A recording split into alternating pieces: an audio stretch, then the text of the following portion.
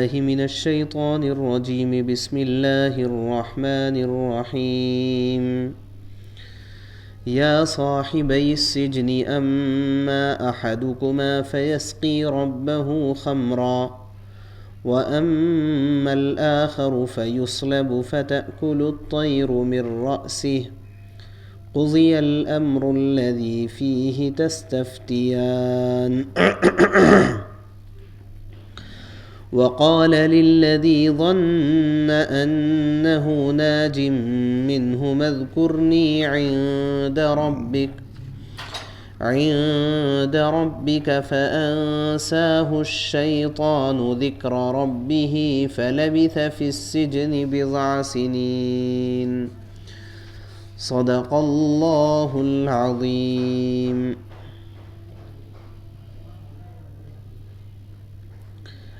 یا صاحبی السجن، اے جیل کے میرے دونوں ساتھیوں. اما احدکما فیسقی ربہ خمرا. اب اپنے خوابوں کی تعبیر سن لو. فیسقی ربہ خمرا، تم میں سے ایک کا معاملہ تو یہ ہے کہ وہ قید سے آزاد ہو کر اپنے آقا کو شراب پلائے گا. وَأَمَّا الْآخَرُ، اور جہاں تک دوسرے کا معاملہ ہے، فَيُصْلَبُ، تو اسے سولی دی جائے گی. فَتَأْكُلُ الطَّيْرُ مِن رَأْسِهِ، جس کے نتیجے میں پرندے اس کے سر کو نوچ نوچ کر کھائیں گے. قُضِيَ الْأَمْرُ الَّذِي فِيهِ تَسْتَفْتِيَانِ، جس معاملے میں تم پوچھ رہے تھے اس کا فیصلہ اسی طرح ہو چکا ہے. وَقَالَ لِلَّذِي ظَنَّ أَنَّهُ نَاجٍ مِّنْهُمَا، اور ان دونوں میں سے جس کے بارے میں ان کا گمان تھا کہ وہ رہا ہو جائے گا،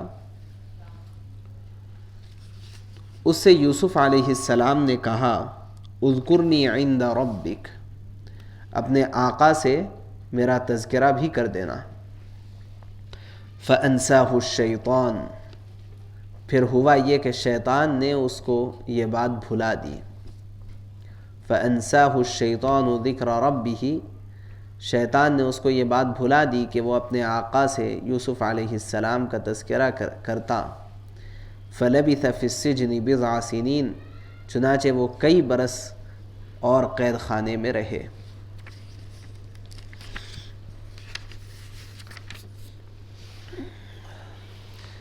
جیسے گزشتہ یہ بات آ چکی ہے کہ عرب کے محاورے میں اظہار محبت کے لیے جو طریقہ کار تھا وہ یہ کہ وہ جس حالت میں ابھی ہے اسی حالت سے مخاطب کیا جائے. یہ اظہار محبت کا ایک طریقہ عرب میں تھا، اس کی مثالیں گزشتہ آ گئی ہیں. چنانچہ اسی طرح محبت اور پیار کے ساتھ ان قید خانے کے ساتھیوں کو مخاطب کر کے یوسف علیہ السلام نے تعبیر بتلا دی. وہ تعبیر یہ کہ ایک رہا ہو کر کے جائے گا اور دوبارہ اپنے کام پر لگ جائے گا، اور جو دوسرا ہے اس کو سولی دی جائے گی. یہ تعبیر یوسف علیہ السلام نے بتلا دی. اور پھر یہ بھی کہہ دیا کہ قضی الامر الذی فیہ تستفتیان، جس سلسلے میں تم پوچھ رہے تھے اس کا فیصلہ کیا جا چکا ہے. ہوا یہ تھا کہ جب یہ تعبیر یوسف علیہ السلام نے دی، اگرچہ کہ اس میں اس بات کی وضاحت نہیں کی تھی یوسف علیہ السلام نے کہ کس کو سولی دی جائے گی اور کس کو رہا کر دیا جائے گا، اس کی وضاحت نہیں کی تھی. صرف دونوں میں سے ایک کو یہ ہوگا یا دوسرے کو یہ ہوگا، اتنا کہہ دیا. تو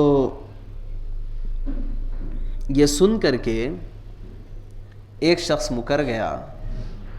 اس نے کہا کہ میں نے اصلی خواب تم سے بیان نہیں کیا تھا، بلکہ میں نے ایک کہانی بنا کر کے تمہارے سامنے بیان کر دیا تھا. میں نے ایک کہانی بنائی اور میں تمہارے سامنے بیان کر دیا اور آپ جو ہے اس کی تعبیر دے دیے. تو اس پر یوسف علیہ السلام نے فرمایا کہ قضی الامر الذی فیہ تستفتیان، جس سلسلے میں تم پوچھ رہے تھے اس سلسلے میں فیصلہ کیا جا چکا ہے. یعنی ایسا نہیں کہ یہ میں صرف اپنی زبان سے کہہ رہا ہوں، بلکہ اللہ نے بھی یہی فیصلہ کر لیا ہے. اس آیت کو سامنے رکھ کر کے مفسرین نے ایک نتیجہ یہ نکالا ہے، خواب کی تعبیر کے سلسلے میں کچھ آداب بیان کیے اور کچھ احکام بھی بیان کیے. ان میں سے ایک ادب یہ ہے کہ جو کوئی جب کبھی کوئی خواب دیکھے وہ ہر کسی سے بیان نہ کرے، بلکہ جو خیر خواہ ہے، جو دوست ہے اور محبت کرنے والا ہے، اسی سے اپنا خواب بیان کرے. اور اس کی وجہ یہ بتلائی کہ اتنا نازک مسئلہ ہوتا ہے خواب کا کہ اگر وہ خواب کو سن کر کے کسی شخص نے اپنی طرف سے کوئی غلط خیال بھی کر لیا تو ویسے ہی ہو جائے گا. بہت سی مرتبہ خواب بہت خطرناک قسم کے ہوتے ہیں، لیکن اس کی تعبیر بہت اچھی ہوتی ہے. اور بعض مرتبہ خواب بہت اچھے ہوتے ہیں لیکن تعبیر اس کی بہت خطرناک ہوتی ہے. اور تعبیر بتلانے کے سلسلے میں بھی بہت سارے آداب ہیں، ان کا لحاظ کرنا بہت ضروری ہے تعبیر میں. تو کئی مرتبہ ایسا ہوتا ہے کہ کوئی شخص خواب دیکھا اور اس نے اس خواب کو اپنے کسی بدخواہ سے بیان کر دیا، اور وہ جو بدخواہ ہے، وہ جو دشمن ہے، اس کی تو ہمیشہ یہ فکر ہوتی ہے کہ اس کو کوئی نہ کوئی نقصان ہو. تو اگرچہ کہ وہ اچھا خواب کیوں نہ ہو، لیکن کوئی دوسرا شخص اس کے ذریعے سے کوئی ایسا مطلب مراد لے رہا ہے جو مطلب خواب دیکھنے والے کے لیے نقصان دہ. کوئی ضروری نہیں ہے ایسا ہو جائے، لیکن ایسا ہو سکتا ہے کہ اس نے جو مطلب نکالا ہے وہی بات حقیقت میں واقع ہو جائے. یہ ہو سکتا ہے. یہ جو نتیجہ نکالا گیا، یہ کہاں سے نکالا گیا؟ یہ اسی آیت سے نکالا گیا کہ وہ شخص جبکہ یہ کہہ رہا ہے کہ میں نے خواب نہیں دیکھا اور اس کی تعبیر بتلا دی گئی، تو یوسف علیہ السلام نے کہہ دیا ایسے ہی ہو کر کے رہے گا. تو جو شخص خواب دیکھا ہو اور خواب دیکھنے کے بعد اس کی تعبیر کے سلسلے میں کوئی دوسرا رخ اختیار کر جائے، تو یہ بھی عین ممکن ہے کہ ویسا ہی ہو کر کے رہے. اس لیے کہا جاتا ہے کہ بہت احتیاط کرنا چاہیے اس معاملے میں، اور اگر خود کو شک ہے، تردد ہے، تو اپنے ہر خواب سے کوئی نہ کوئی اچھا مطلب خود نکال لیں اور کسی کے سامنے بیان ہی نہ کریں، نہ اپنے نہ پرائے.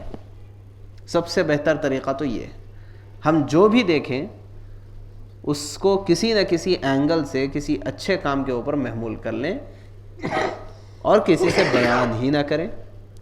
اور اگر بیان کرنا ہو تو کوئی خیر خواہ سے بیان کریں، کوئی بہتر دوست سے بیان کریں، اور کوئی ایسے بزرگ شخص سے بیان کریں جس کے سلسلے میں ہمیں اطمینان ہو کہ یہ مناسب تعبیر بتا سکتے ہیں، ان سے بیان کریں.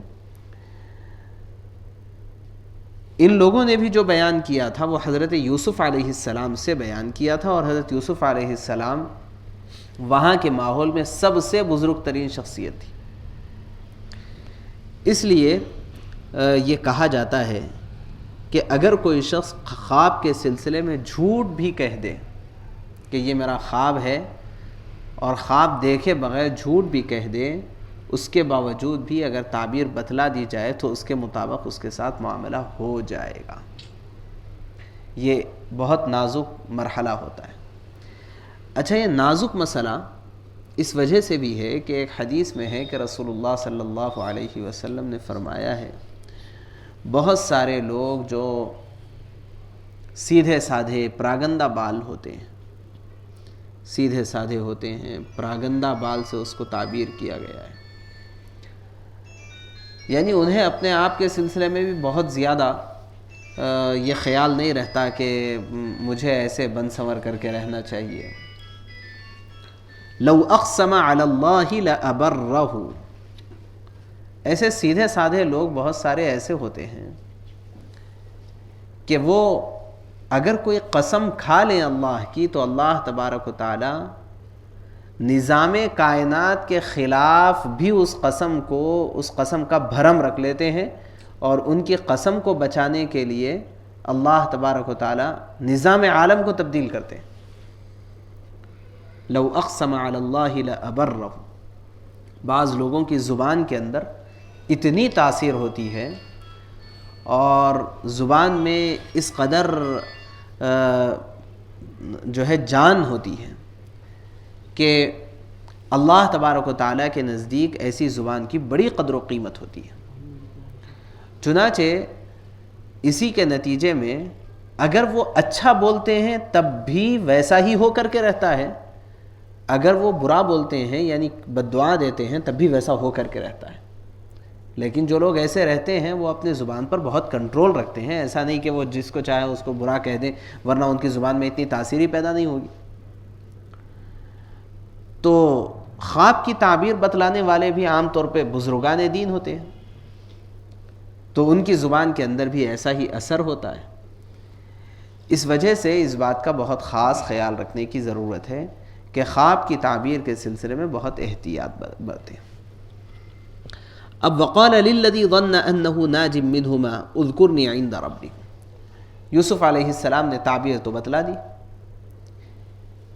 اور اس سے پہلے جو دعوت دینا تھا وہ بھی دعوت دے دی. تفصیل سے بات آ چکی ہے کہ ان کو پہلے اپنی ایک کرامت دکھلائی کہ میں وقت سے پہلے تم کو کھانا کیا آنے والا ہے اس کی اطلاع دے دوں گا، اور اس کے بعد اپنے سلسلے میں بتلایا کہ میں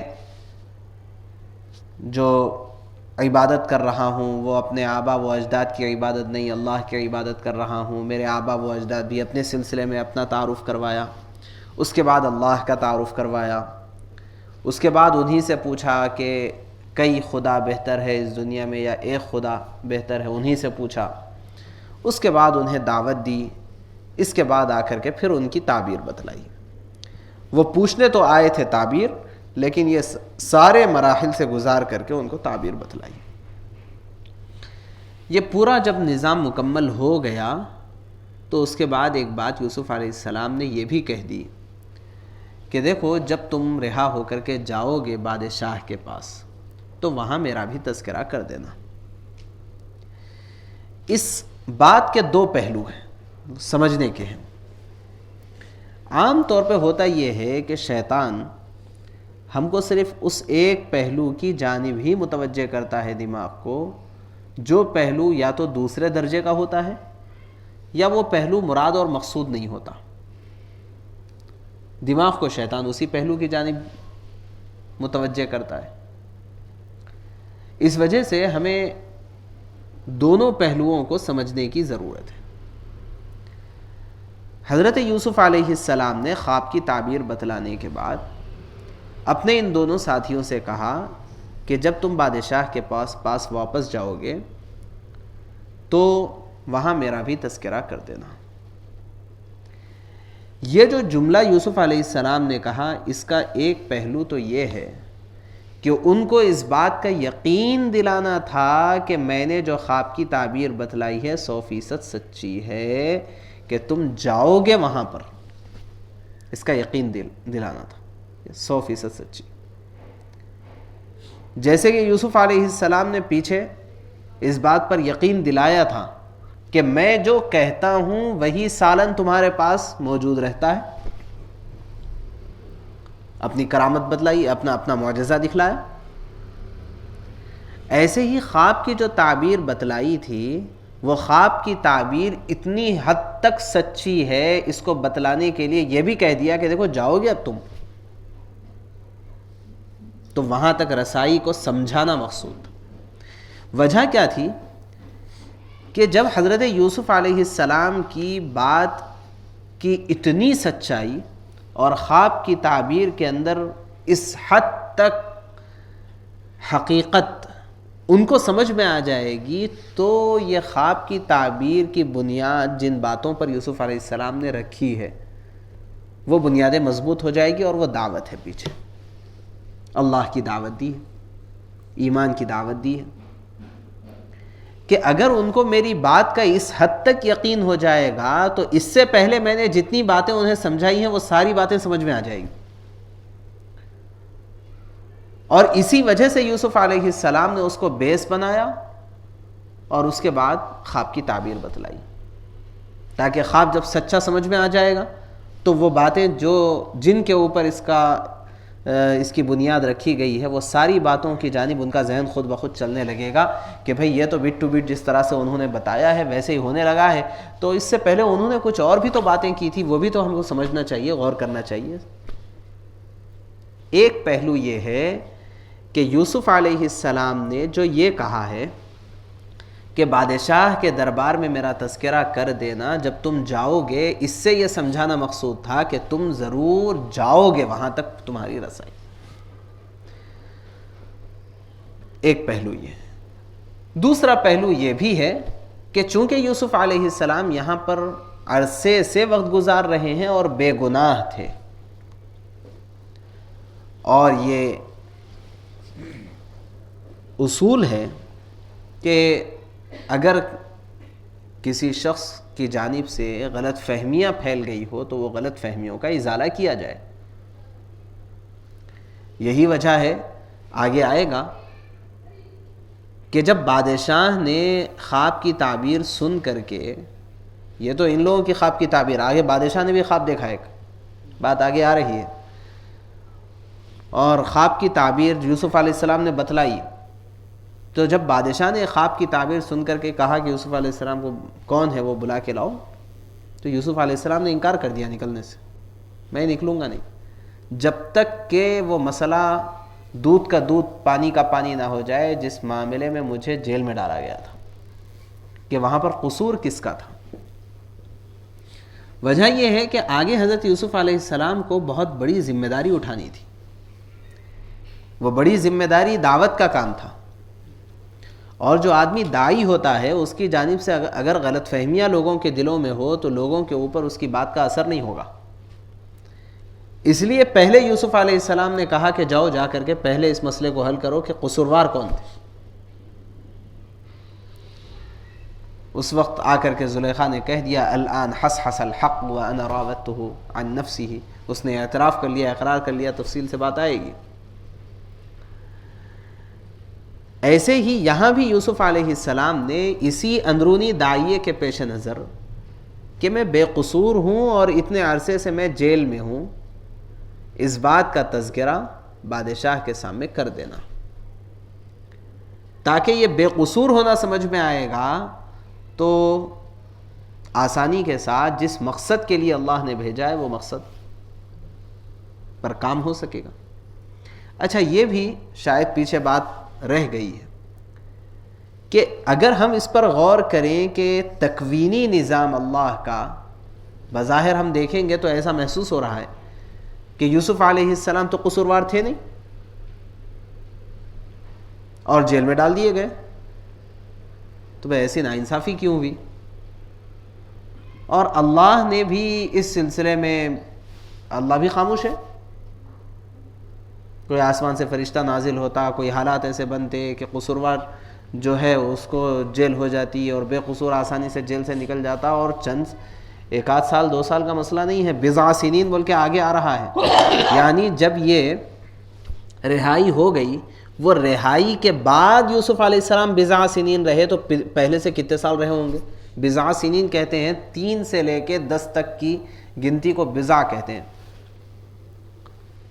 تو یہ رہائی قیدی کے، ان کے ساتھی کی رہائی کے بعد بضع سنین، پتہ نہیں 7 سال رہے ہوں، 8 سال رہے ہوں، 9 سال رہے ہوں، 4 سال رہے ہوں، اس کے بعد اتنے سال، پہلے کتنے سال ہو گئے ہوں۔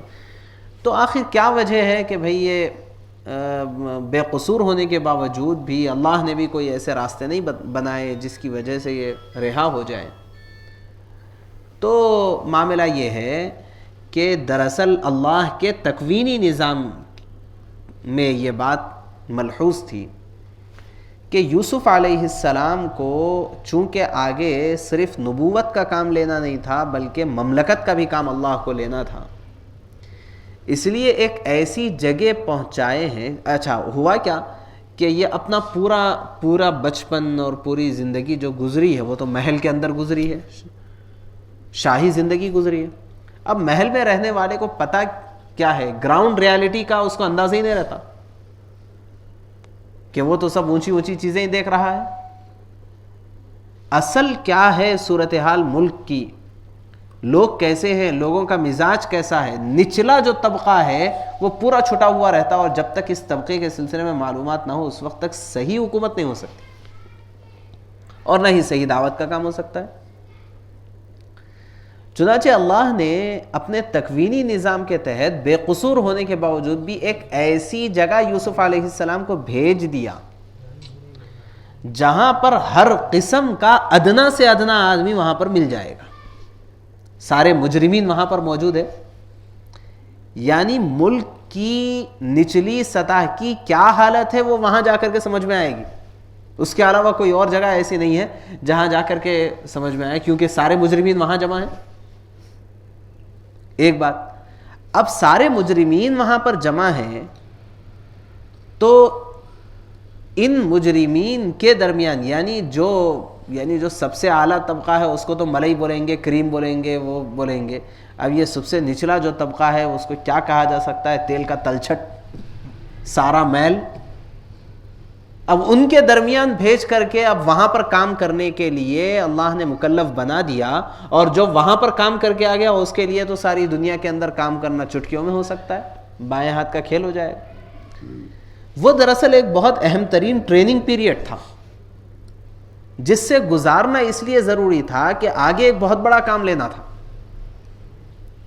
تو ایک تو لوگوں کے مزاج سمجھ میں آئے، رہن سہن سمجھ میں آئے، کیسے کیسے جرائم کے اندر لوگ مبتلا ہیں وہ دیکھنے کا موقع ملے، ان کے ساتھ اٹھنے بیٹھنے کا موقع ملے، ان کی نفسیات کو سمجھنے کا موقع ملے کہ یہ مجرمین اس جرم تک پہنچے کیسے ہیں اور کیا طریقے سے ان کے جرموں کو ختم کیا جا سکتا ہے، ایسے حالات کو قابو میں لایا جا سکتا ہے.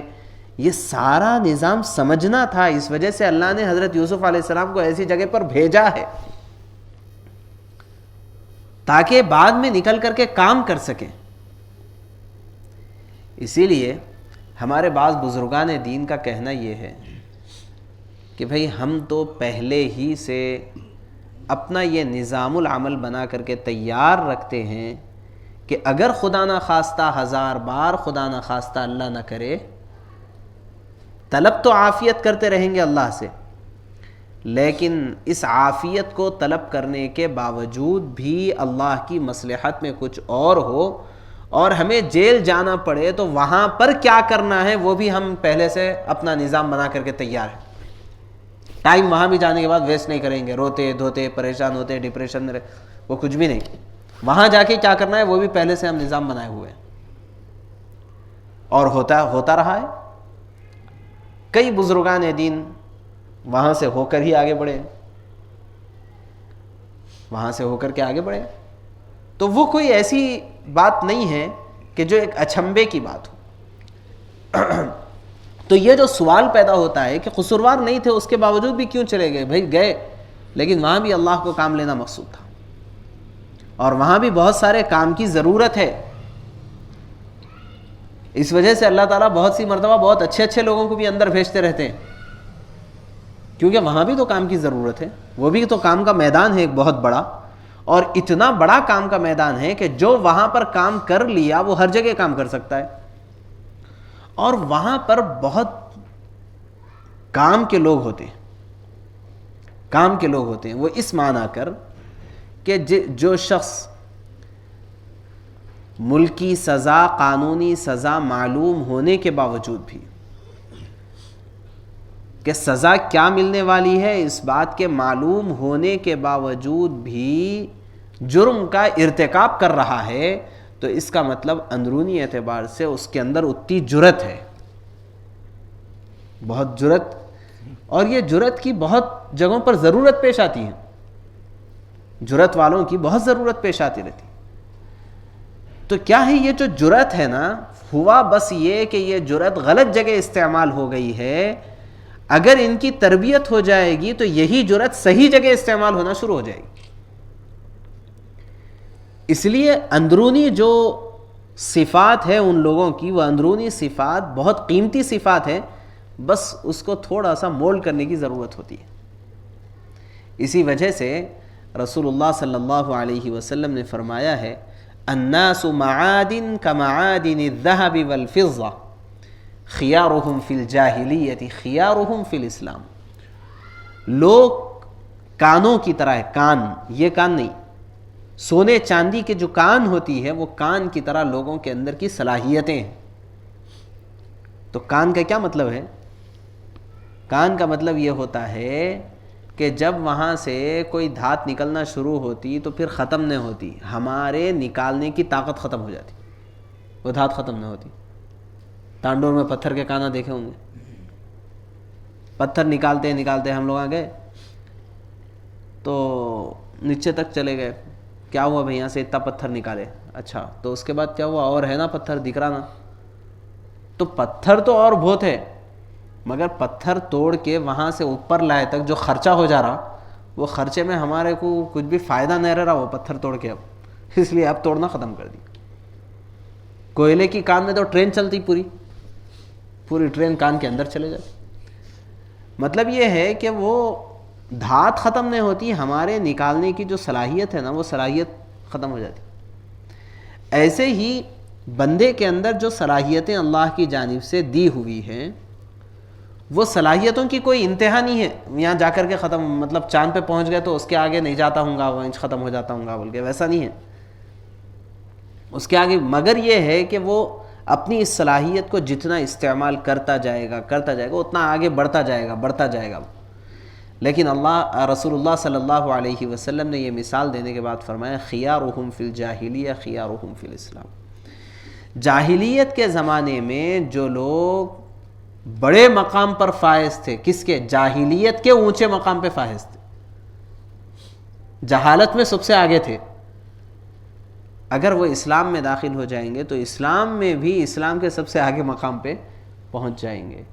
چنانچہ حضرت عمر ابن خطاب رضی اللہ عنہ جاہلیت کے زمانے میں جہالت کے اس انتہا پر تھے کہ وقت کے نبی کو قتل کرنے کے لیے نکل گئے تھے، یعنی ان سے زیادہ جرأت کوئی اور نہیں کرے تھے اس وقت، سب سے بڑی جرأت تھی اس وقت کے حساب سے۔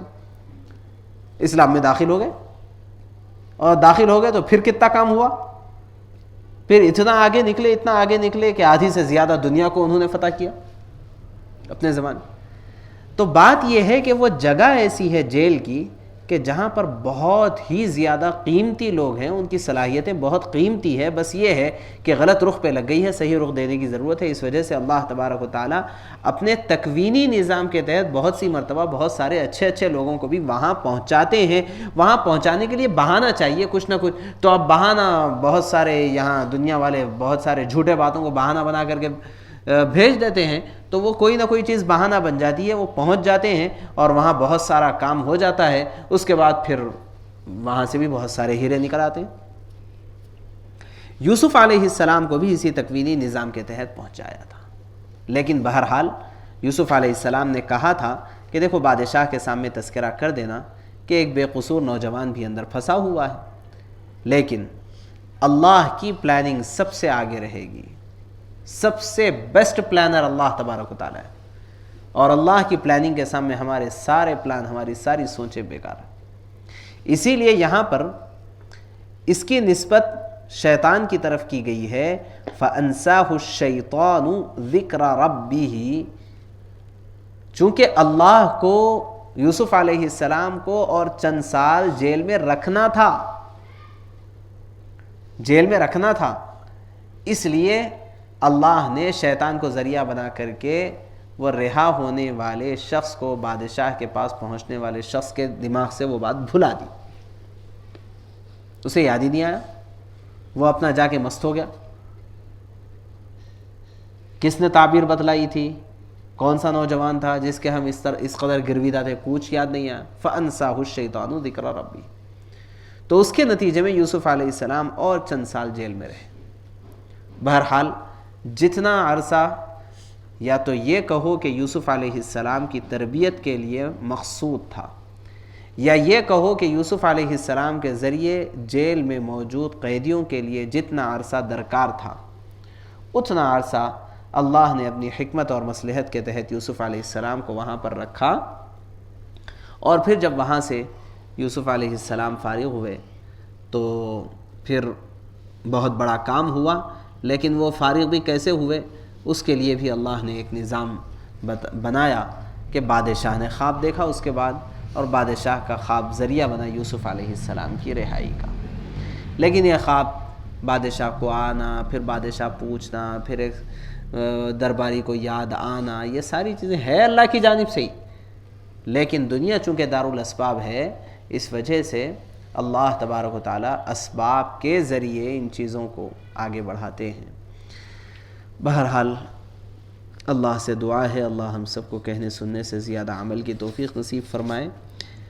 آج کی تفسیر میں جو سب سے اہم سبق ہمیں ملا ہے وہ یہ ہے کہ ہر چیز کے اندر خواہ وہ ظاہری اعتبار سے شر کا ذریعہ کیوں نہ ہو، لیکن اللہ تبارک و تعالیٰ نے اپنی حکمت اور مصلحت کے ساتھ تحت اس میں بھی خیر رکھا ہے۔ ہماری کامیابی اس بات میں ہے کہ ہم ناکامیوں کے اندر کامیابیوں کو تلاش کرنے والے بن جائیں، اور شرور کے ظاہری شرور میں خیر کو تلاش کرنے والے بن جائیں، تو اس کے نتیجے میں شر باقی نہیں رہے گا، ناکامی نہیں رہے گی، بلکہ ہماری پوری زندگی کامیاب ہو جائے گی۔ سبحان اللہ و بحمدہ، سبحانک اللہم و بحمدک، نشہد ان لا الہ الا انت